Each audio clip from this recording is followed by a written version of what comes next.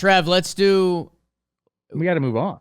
let's keep it in the National League. And I think we'll probably combine them. And it's Phillies Brewers. It was the race, the other race, right? Like we've been looking for in this new wild card format. You know, in a normal year, I think there's one more division that should be tighter.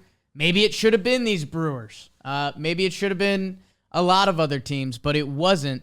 That the NL wild card was the only other thing that was really up for grabs.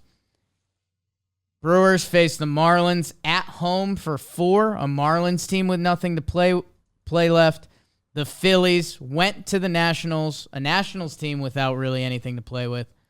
Phillies won 3 out of 4. Brewers lost 3 out of 4, including kind of a crusher 12-inning final game that I don't think your preseason predictions looking that good, Trev.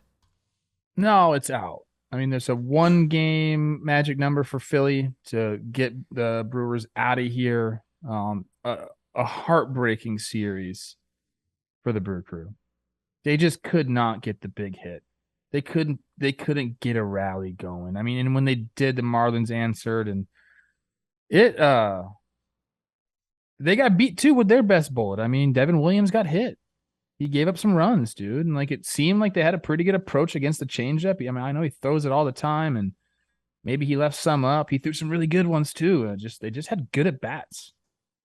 And like I said, man,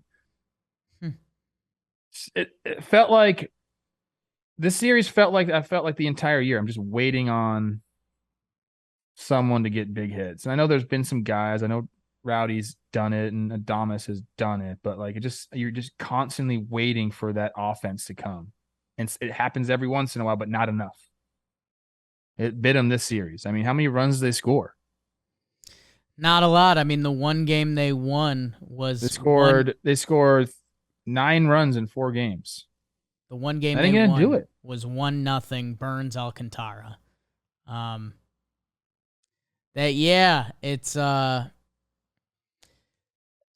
It does feel like the lineup, which is kind of weird because I mean, runs wise, OPS wise, homers wise, this was a top 10 offense. Batting average, which we know where that's at in baseball, but it still matters. 22nd. How about this? It felt like a piece away in one direction. Like, I mentioned it last. Oh, don't talk about the fucking bullpen, dude. Because you're gonna get me mad. You're gonna be mad that the Hader deal looked good for a little bit because he was blowing up in San Diego. Go look what he did in September. And that's what I'm saying. Giving up 2 runs in like 11 outings or something. Like either Hader, that impact bullpen piece, or we talked about the law firm, or we hadn't talked about the law firm a lot. Like was there something missing there, or was it another bat in the lineup that, again, stats on the paper, it doesn't necessarily look that way, but I think the feel of it. We used to say this all the time, okay? Like, I don't want to offend anybody in the Brewers lineup. There's some really awesome guys there, and Adames and Tellez are the guys I go to all the time because I feel like they were kind of the guys stepping up a lot. Big years. But where would those guys rank on the Braves? Right. As far as people you'd be scared of. 8th, 9th, and down the line, maybe? Middle of the pack. 6th. That's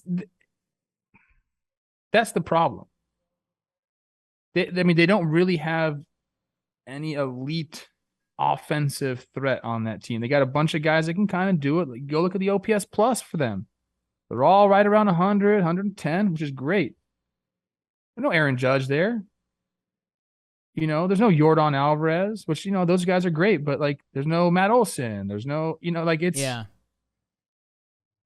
I think that's kind of like the way I see this team is they were a big bat away. And maybe 2 or 3 big bats away. And if then you add those pieces, and then you're like, oh shit, this is a team that can go do different things. But it just felt And tell me if I'm wrong, Brewers fans, but it felt like they were offensively light the entire year, and it was like you're holding your breath a lot. It's really interesting. Brewers fans, sound off in the comments. Because you're right. On paper, you see all these OPS pluses 100 to 115, and you're like, okay, guys are contributing, but who's the alpha? Who's the guy every time through the lineup you go, oh shit. Who's Austin Riley and what his numbers have been? Who's Goldschmidt? Who is that one guy? The only guy with an OPS in the eights is Hunter Renfroe. Which, I like Hunter Renfroe, but even on Boston last year when they were doing good things, I think he was the fifth most feared guy in their lineup. So, yeah, a little bit of a fear factor kind of missing from the Brewers. And, yeah, it feels like the house of cards. The Brewers had an uphill fight, and they were staying at home, and they had the Marlins. It fell apart, and we talked about it last episode, but that first game, Avisail Garcia, former Brewer, with the grand slam off Peralta in the eighth inning, that looked like the nail in the coffin. It was, I don't know. Curious time for him to be coming out of the bullpen for the first time all year. Avisail, good swing. It was just a gut punch, man. A horrible series. As good as the Atlanta series was for the Braves, this was as bad as you can get for Brewers fans. Just absolutely heartbreaking. They're done. Well, on the other side of it, they weren't fully done, because the Phillies, they were facing the Nationals, and they won that first night. They lost the second night. They got blown out by the Nats, and they had been playing a bad brand of baseball. The Phillies had been losing a lot. They get a big start from trade acquisition, Noah Syndergaard. And then they win a shortened by rain game 8-1, another blowout. And have all but, if you're not a magic number person, if the Phillies win one more game, or if the Brewers lose one more game, the Phillies are in. I can say fairly confidently that they will be in. And good on them, man. I mean, we get Schwarbo puts together a couple big games, including his 44th homer of the year. Would he be the most feared guy on the Brewers? Would Bryce Harper be the most feared guy on the Brewers? Would JT Realmuto be the most feared guy on the Brewers? Is that a new thing we're going to do? Our new barometer? Yeah, I don't know. I don't like that because we love the Brewers. So maybe we'll just leave it in this episode. Rhys Hoskins. Anyways, the Phillies, they got to a nervous point. They let the Brewers back into the discussion, but then they do enough and they have some fun. They're rooting for the fish. JT Realmuto, picture with the fish. Your Phillies, Trev. Nobody cares what happened before this series. Like, it doesn't matter. Stumbling into it, you took care of business when it mattered. I mean, I'm assuming the magic number is going to help them. We're kind of like saying what's going to happen, even though it's not official yet. That's what the Braves Mets thing and this too. But I'm assuming they're going to go ahead. They're going to punch their ticket, and you're going to be happy. And then I don't know, man. I'm happy for them. They're going to get into the postseason. It's great. I like a lot of the guys on the team. I'm finding it hard to believe in them long-term postseason this year. And I don't know if I'm alone there. I don't know if I don't know. You said that you can envision a world where the Phillies go into the playoffs and make some noise. We know about the starting pitching they have. We know about the offensive they have, but are you that confident? First of all, I forgot that they got to see McCullers, Verlander, and Valdez. Yeah, they're playing Houston that's lined up their pitching. So we could be talking I think Thursday playoff preview, and there could be disaster. I don't think so. Nola today, get it done, man. No, I disagree slightly. because of the dude factor. And it's the whole reason the Phillies have appeal. It's Schwarber, it's Hoskins, it's Harper, it's Real Muto. Bohm's not there yet, but he had a better season than Castellanos, who, name-wise we consider a dude. And then, Nola, Wheeler, Suarez, Gibby, Syndergaard. Let me talk about Gibby real quick, Sure. because I know he had a really bad start, gave a bunch of runs, but he should have been out of the inning. There was like a line drive to Bohm, a little bit of top spin on it. Wasn't hit that hard. He just whiffed at it, bro. And they ended up giving it a hit. They scored 3 runs on that. It was 2 outs. Like, that's a tough one. Right. You hate I do it too much, and I realize they're the outlier, so I shouldn't. But 2019 Nationals, if Nola and Zach Wheeler can shove, and then you're either getting an effort from Syndergaard or Suarez or Gibson, and the bullpen figures it out. I know we're starting to do a lot of ifs and whats and all that, but that's playoff baseball, right? Like, if the Phillies can field their positions, which, hasn't always been the case, I think this team could be scary. And right now, they would be lined up with the Cardinals. You're telling me the Phillies can't beat the Cardinals in a 3-gamer? They can. For them to get through the wild card round, the Braves, and then either the Dodgers or the Mets, I would say no. They got to hit homers, bro.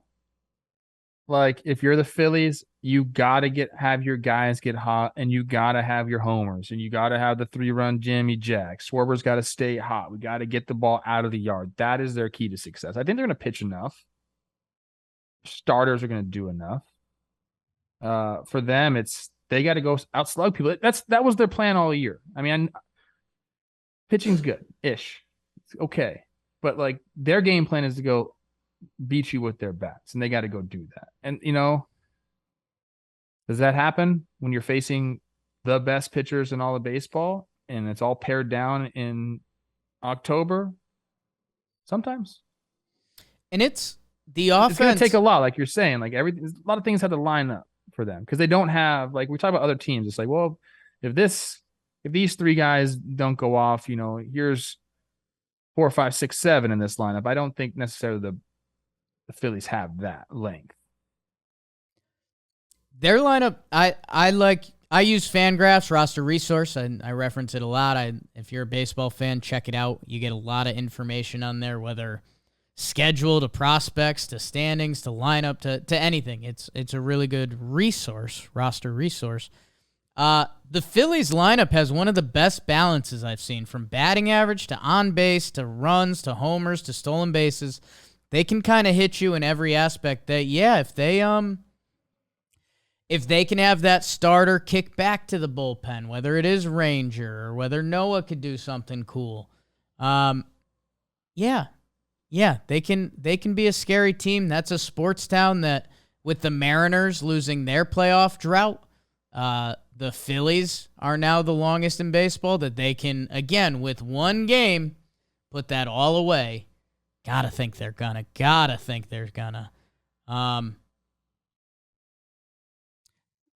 I think it just ties in again that I think the Phillies can be comparable to the Blue Jays and the Mariners.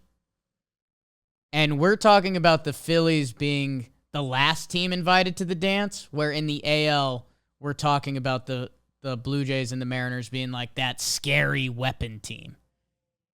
So I think that would be my depth comparison. Okay. All right. I'm with you. I'm rooting for them. They're gonna be a fun watch, man.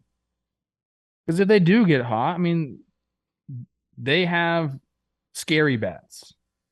We're just talking about Milwaukee. They don't really have scary bats.